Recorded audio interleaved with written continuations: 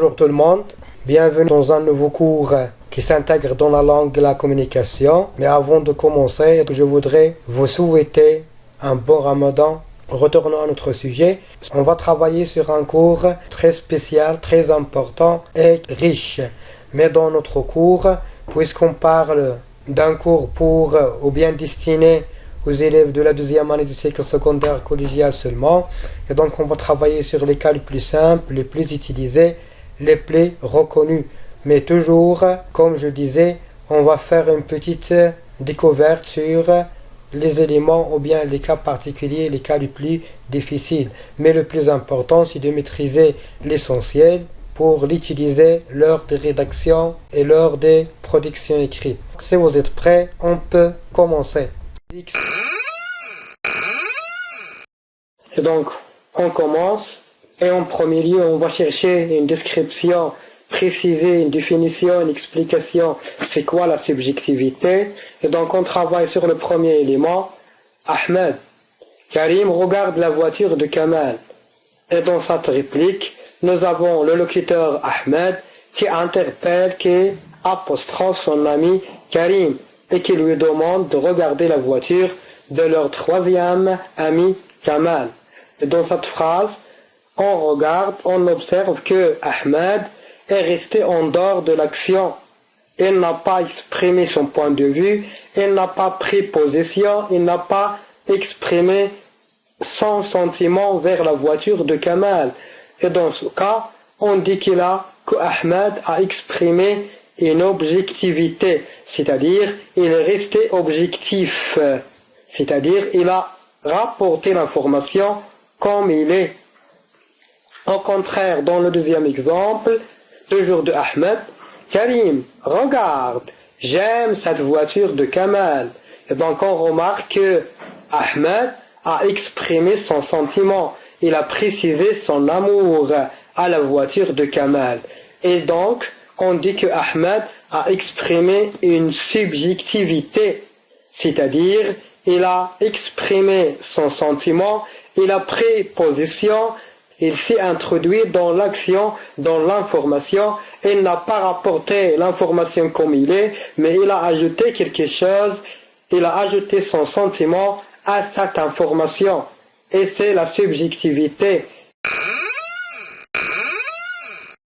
Et c'est le sujet de notre cours. Comment exprimer une subjectivité ou bien ce qu'on appelle la modalisation. La modalisation. Et donc, exprimer la subjectivité ou bien sa subjectivité, c'est-à-dire la modalisation. Et pour exprimer la subjectivité ou bien la modalisation, et donc nous avons beaucoup d'éléments, beaucoup d'outils à utiliser pour exprimer sa thématique. Et on les appelle des modalisateurs. Des modalisateurs, c'est-à-dire les modalisateurs, ce sont les outils de langue, ce sont les outils langagiers, ce sont les éléments, les mots, les expressions qu'on utilise pour exprimer une subjectivité ou bien une modalisation. Et on commence avec le premier élément. Première phrase, je pense qu'il n'arrivera pas à temps pour le dîner. Deuxième phrase, je crois qu'il viendra. Troisième phrase, il doit arriver pour le dîner. Quatrième phrase, il peut avoir un problème. Dernière phrase, cela paraît bizarre. Et donc retournons à notre première phrase. Je pense qu'il n'arrivera pas à temps pour le dîner. Et donc qu'est-ce que vous remarquez? Très bien. Et donc on remarque que nous avons une proposition composée qui se compose d'une principale et une subordonnée qui sont reliées par le pronom relatif que. Maintenant, quel est le verbe que nous avons utilisé dans la principale? Très bien, bravo, c'est le verbe penser. Le verbe penser. Maintenant, on passe pour deuxième phrase. Je crois qu'il viendra. Aussi, c'est une phrase composée avec une subordonnée et une principale. Et nous avons utilisé le verbe croire. Troisième phrase, aussi, c'est une proposition composée avec une subordonnée et une principale avec le verbe devoir. Dans la quatrième, c'est le verbe pouvoir. Le verbe pouvoir. Et dans la dernière phrase, nous avons utilisé le verbe paraître. D'après tous ces éléments, on peut dire que pour exprimer une subjectivité, le premier élément à utiliser, ce sont des verbes. C'est-à-dire, nous avons le droit, le choix d'utiliser des verbes pour exprimer la subjectivité ou bien la modalisation. Quels sont les types qu'on peut utiliser? Et donc, on peut utiliser beaucoup de formes.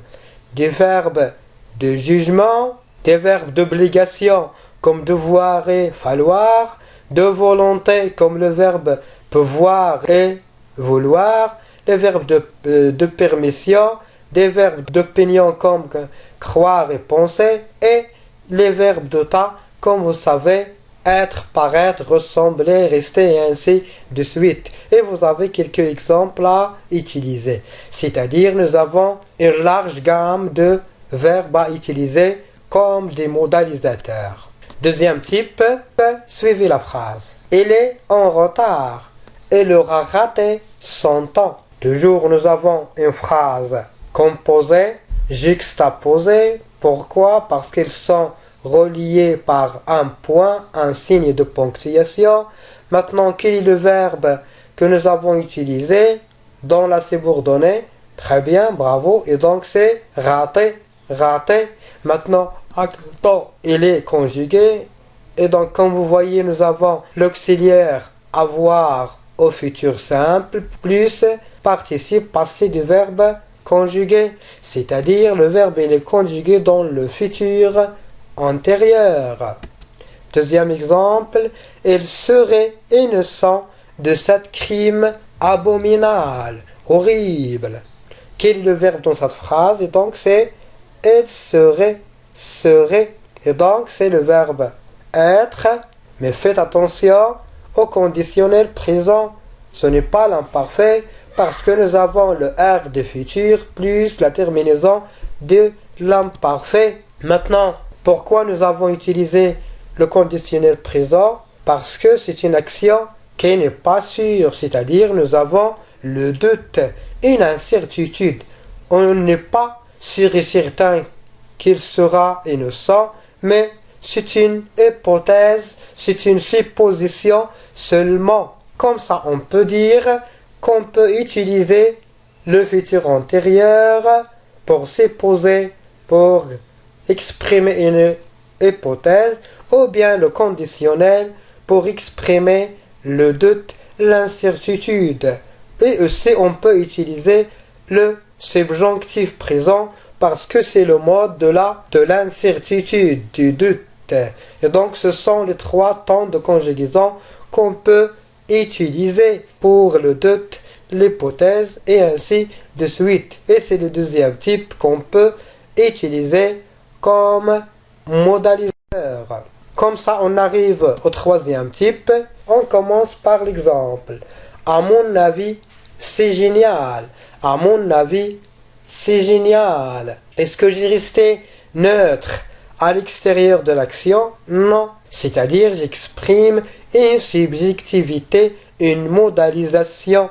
Pourquoi? Parce que j'ai utilisé l'expression à mon avis, c'est-à-dire c'est mon point de vue. Deuxième exemple, selon des témoins, il est coupable.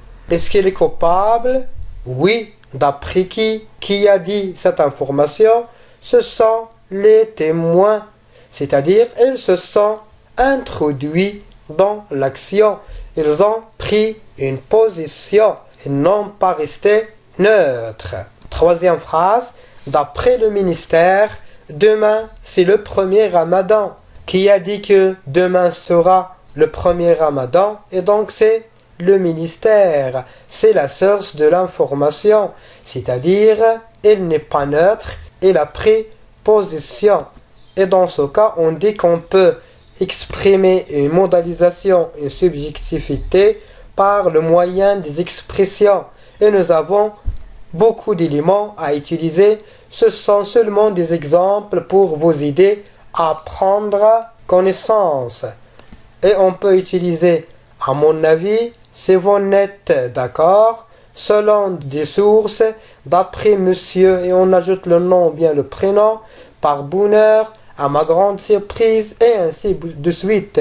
C'est-à-dire, nous avons beaucoup d'expressions à utiliser comme troisième élément de modalisateur.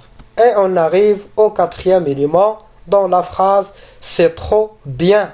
C'est trop bien. Deuxième, heureusement, il n'y a pas de victime. Troisième, sans doute, demain sera le premier Ramadan. Et comme vous avez observé, dans les trois éléments, dans les trois phrases, nous avons exprimé une modalisation et une subjectivité, c'est-à-dire nous avons pris part, nous avons pris possession, nous avons exprimé notre point de vue envers les actions. Et pour cela, nous avons utilisé des adverbes. Bien, heureusement et sans doute. C'est-à-dire, nous avons utilisé des éléments, des mots, des expressions, des locutions invariables. Et nous avons beaucoup d'éléments. Ce sont seulement des petits exemples. Heureusement, sans doute, probablement, peut-être, malheureusement, c'est sûr, c'est certain, et ainsi de suite. Ce sont les éléments les plus utilisés, les plus usuels, les plus reconnus, les plus retrouvés, les plus rencontrés. Mais nous avons aussi beaucoup d'autres informations qu'on peut utiliser comme des modalisateurs. Seulement, on peut utiliser les types de phrases pour exprimer un sentiment, une sensation ou bien une émotion. C'est-à-dire, on peut utiliser seulement des phrases exclamatives pour exprimer les sentiments. Quelle aventure, par exemple. Toujours, on peut utiliser beaucoup d'éléments de lexique, c'est-à-dire, on peut utiliser des groupes nominaux ou bien des adjectifs avec des descriptions valorisantes ou bien dévalorisantes pour prendre part, pour mettre en valeur l'information. Aussi seulement, dans l'oral, on peut utiliser l'intonation, c'est-à-dire, on peut utiliser seulement les signes de ponctuation. Et c'est un élément qui a toujours une relation avec la typographie, avec les types de phrases. Aussi, on peut exprimer une subjectivité, une modalisation par le moyen de l'écriture.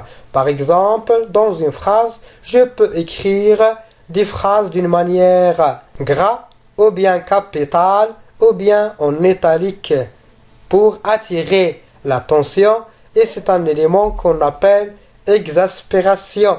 C'est-à-dire, regardez bien dans l'exemple, on peut écrire un mot d'une manière attirante, gras, capital, italique, dans une phrase qui est normale pour mettre l'accent, pour attirer l'attention du lecteur sur ce mot-là, pour exprimer une exaspération, une modalisation, une subjectivité ou bien un sentiment.